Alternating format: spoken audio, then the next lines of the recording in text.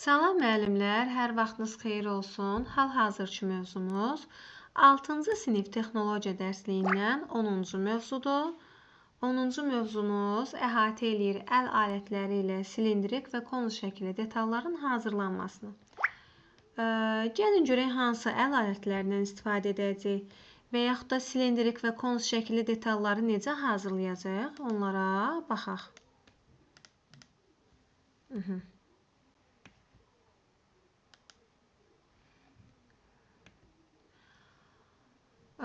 Deməli, ən kəsiyi dairə şəklində olan silindrik formalı detallar ən kəsiyi kvadrat formalı tirlərdən hazırlanır.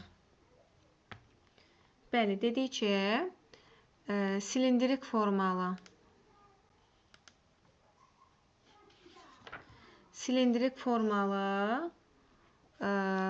detallar kvadrat formalı tirlərdən alınır. Gəlin bunun bir şəklini çəkək burada.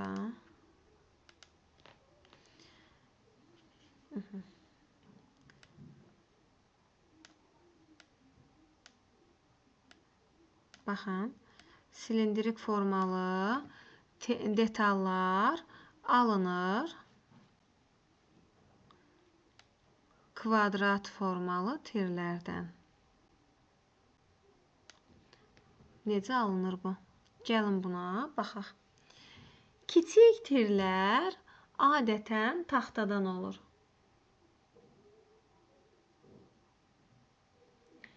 Bəli, dedik ki, adətən taxtadan olur. Bax, bu şəkildə gördüyümüz taxtadır. Biz 5-ci sinifdə keçmişdik müəllimlər. Gəlin bir refleksiya eləyək. Taxta nə idi müəllimlər? Taxta qalınlığı 100 mm qədər. Bax, qədər sözü var burada. 100 mm qədər. Eni qalınlığından 2 qat artıq olan mişar materialıdır. Deməli, taxta dedik ki, qalınlığı 100 mm qədər, eni qalınlığından 2 qat artıq olan mişar materialı idi taxta. Bu taxtadan biz bir neçə silindrik formalı detal ala bilərik. Bəli. Necə alacağıq? İlk öncə biz kvadrat formalı tirlər alırıq. Kvadrat formalı tirlərdən də silindrik formalı detallar alırıq. Kiçik tirin qalınlığı və eni, qalınlığı və eni D emal payı nəzərə alınmaqla diametrin emal payı nəzərə alınmaqla gələcək məmulatın diametrindən 1-2 mm böyük olmalıdır.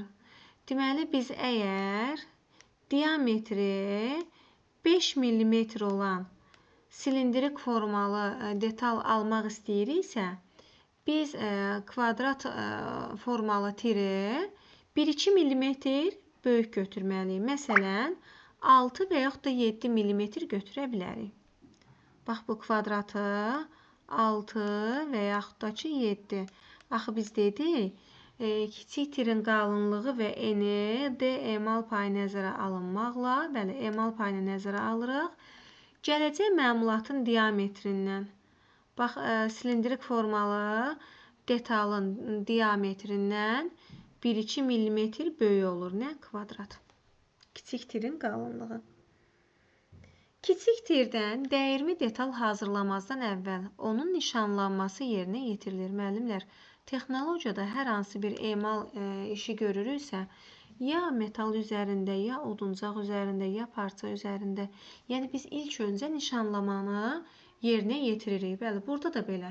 İlk öncə nişanlamanı yerinə yetiririk. Bunun üçün kiçik tirin başlıqlarında diaqonalların, bax, diaqonallar bunlardır. Diaqonalların kəsişmələrinin mərkəzi tapılır. Pərcarın köməyi ilə radiusu pəstahın diametrindən 0,5-nə bərabər olan çevrə çəkilir. Bəli, radius pəstahın diametrinin 0,5-nə bərabər olan, yəni hər tərəfdən 0,5 bərabər olan çevrə çəkilir. Deməli, ilk öncə nə etdik müəllimlər? Bizə taxta verilib. Taxta verilib. Düzdür? Biz taxtanı bir neçə yerə böldük, kiçik tirlər aldıq. Bəli, kiçik tirlər aldıq. Bu da bizim aldığımız kiçik tir. İlk öncə nişanladıq. Nişanlamanı yerinə yetirdik. Nişanlamanı necə yerinə yetiririk? Başlıqlardan, bax, başlıqlar buradan və buradan xəttkeşlə, buradan.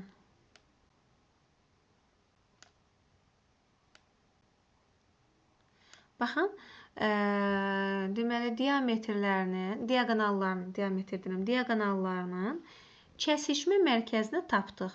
Bəli, kəsişmə mərkəzini tapdıq. İşarələyək bunu. Kəsişmə mərkəzini tapdıq və pərcərdən istifadə etməklə radiusu pəstahın diametrinin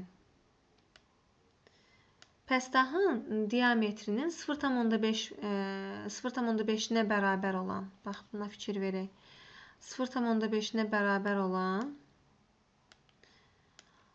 çevrə çəkirik. Hər tərəfdən 0,5. Buradan da 0,5, buradan da, bəli, hər tərəfdən 0,5-nə bərabər olan çevrə çəkilir. Növbəti.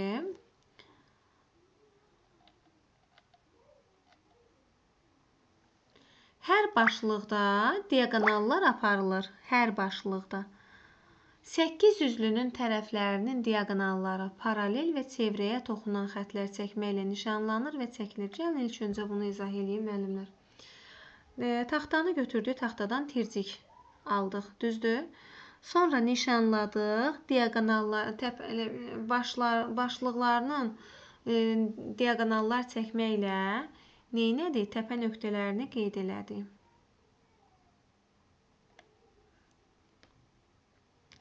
Çevrə çəkdik. Bəli, bax bu formada. Nişanladıq, çevrəni çəkdik. Sonra pəstahın 8 üzlü forması. 8 üzlü forma nə deməkdir, müəllimlər? Buna fikir verək. Baxın, çevrəni çəkdik və kəsiləcək hissələri nişanladıq. Bura kəsiləcək, x qoyduq. Bura kəsiləcək, x qoyduq. Bura kəsiləcək, x qoyduq. Burada kəsiləcək, x qoyduq. Baxın, 1, 2, 3, 4, 5. Düzgün saymadım. 1, 2, 3, 4, 5, 6. Buranı saymamışam. 7, 8. Bəli, 8 üzlü formanı aldıq. 8 üzlü formanı aldıqdan sonra yenə də bax görürük də burada kəsiləcək hissələr var. O kəsiləcək hissələri nişanlayırıq, olacaq 16 üzlü. 16 üzlü. Əvvəlcə 8 üzlü, sonra 16 üzlü formanı aldıq. Daha sonra törpü ilə başlayırıq emal etməyə.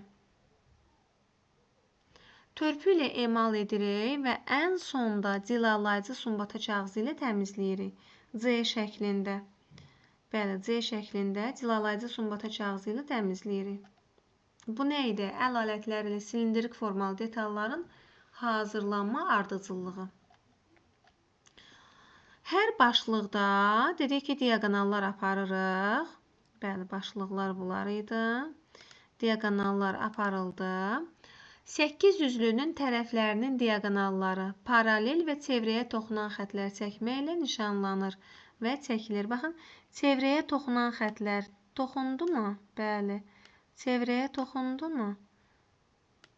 Burada da belə çevrəyə toxunan xətlər çəkirik. Sonra bucaqlardan B məsafədə reysmus və ya karandaşla xəttkeş boyu xətlər çəkilir. Bəli, bucaqlardan B məsafədə reismus və ya karandaşla. Bəli. Xətlər çəkirik. Pəstah verstaqın qapağında, pazların arasında və ya xüsusi tərtibatda, ya verstaqın qapağında ya da xüsusi tərtibatda, yəni prizmada yerləşdirilir. 8 üzlünün tərəfləri nişanlanmış xətlərə qədər rəndə ilə yonulur. Bəli, hansı ki, bax bu 8 üzlüdə bu hissələri rəndə ilə yonub çıxarırıq. Silindrin formasına daha çox yaxınlaşmaq üçün başlıqlarda 16 üzlü nişanlanır. Baxın, burada gördüyümüz kimi. 16 üzlü. 16 üzlü nişanlanır. Nişanlama xətləri çəkilir və 16 üzlünün tərəfləri yonulur. Bəli, 16 üzlünün tərəflərini yonuruq. Niyə? Çünki silindr almaq istəyirik. Sonrakı emal liflərin eninə əvvəlcə törpü ilə, sonra isə xırda çərtikli yeyələrlə formanı yumrulamaqla edirik. Deməli, liflərin eninə, sonrakı emal necə oldu? Liflərin eninə birinci törpü ilə, sonra yeyə ilə, hansı yeyə ilə? Xırda çərtikli yeyələrlə formanı yumrulayırıq. Bəli, baxın, D şəklində. Silindrik səthin son emalı cilalayıcı sumbata kağızı ilə səthin hamarlanmasıdır. Son emal nə oldu? Sumbata kağızı ilə hamarlama. Bu zaman pəstahın bir ucu verstaqın sıxacında bərkidilir. Bəli, bir ucu verstaqın sıxacında bərkidilir. Digər ucu nə edirik? Cilalayıcı sumbata kağızı ilə örtülüb fırladılır.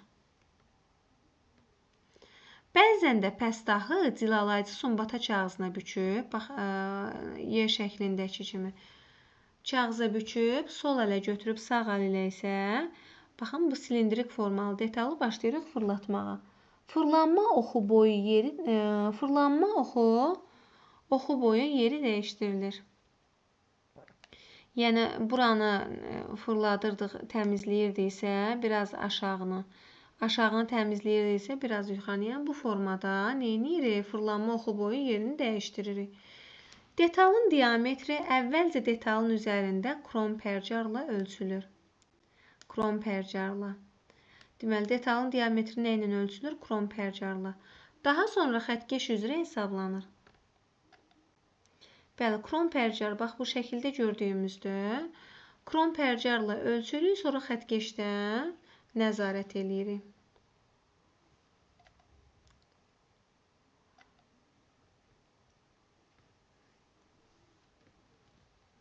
Dairəvi detalın diametrini nəzarət elədik. Necə? Krom pərcarla ölçünü götürdük və xəttkeşin üzərində hesabladıq. Kvadrat şəkilli kiçik tirdən silindrik pəstahın alınması zamanı bütün sadalanan əməliyyatları cədvəl şəklində tərtib edilmiş marşrut xəritəsinə, bax, testdə düşə bilər, hansı xəritədə marşrut xəritəsini əks etdirmək olar. Bu xəritədə hər hansı bir detalın emal ardıcıllığı, marşrutu, yolu yazılır. Yaxşı, gəlin bir yadımıza salaq. Biz 5-ci sinifdə hansı xəritələri tanıdıq, müəllimlər? Deməli, 5-ci sinifdə 2 xəritə ilə rastlaşdıq. Texnoloji xəritə, bir də ki, marşrut xəritəsi. Marşrut xəritə sadə idi də. Yəni, burada sadəcə əməliyyatların icra ardıcıllığı göstərilirdi. Amma texnoloji xəritədə necə idi? Texnoloji əməliyyatların ardıcıllığı ətraflı yazılırdı. Ətraflı. Hər əməliyyatın icrasında pəstahın qrafik təsviri verilirdi. Tətbiq olunan alətlər, tərtibatlar göstərilirdi. Bəli, texnoloji xəritə marşrut xəritəsinə nisbətən geniş anlayışdır. Yəni, marşrut xəritəsinə təkcə ardıcıllıq göstərilir, amma texnoloji xəritədə daha ətraflı məlumat verilir.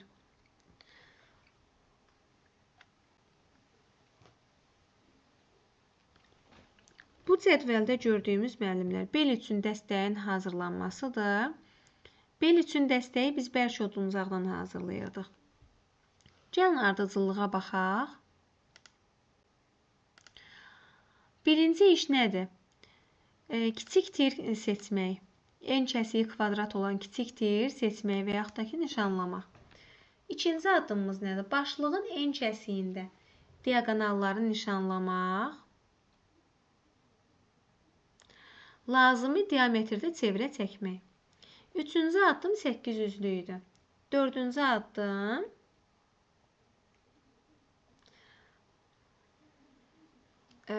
üzr istəyirəm. Üçüncü addımda 800'lünü nişanlayırdıq. Amma dördüncü addımda isə yonurduq. 800'lünü yonurduq. Yonduqdan sonra yenə 16 üzlünü nişanlayırdıq və 16 üzlü alınana qədər yonurduq. 6-cı addım buydu. Detalı silindrik forma alana qədər törpü ilə yiyələyirik.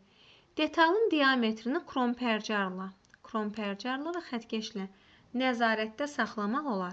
Krompercarla biz ölçünü götürürük, amma xətkeşlə isə ölçünü dəqiqləşdiririk. Ehtiyac olduqda lazımi ölçüyə qədər emal edə bilərik. Detalın başlığında konusun diametrini və uzunluğunu nişanlamaq. Baxın, silindrik aldıq da, düzdür.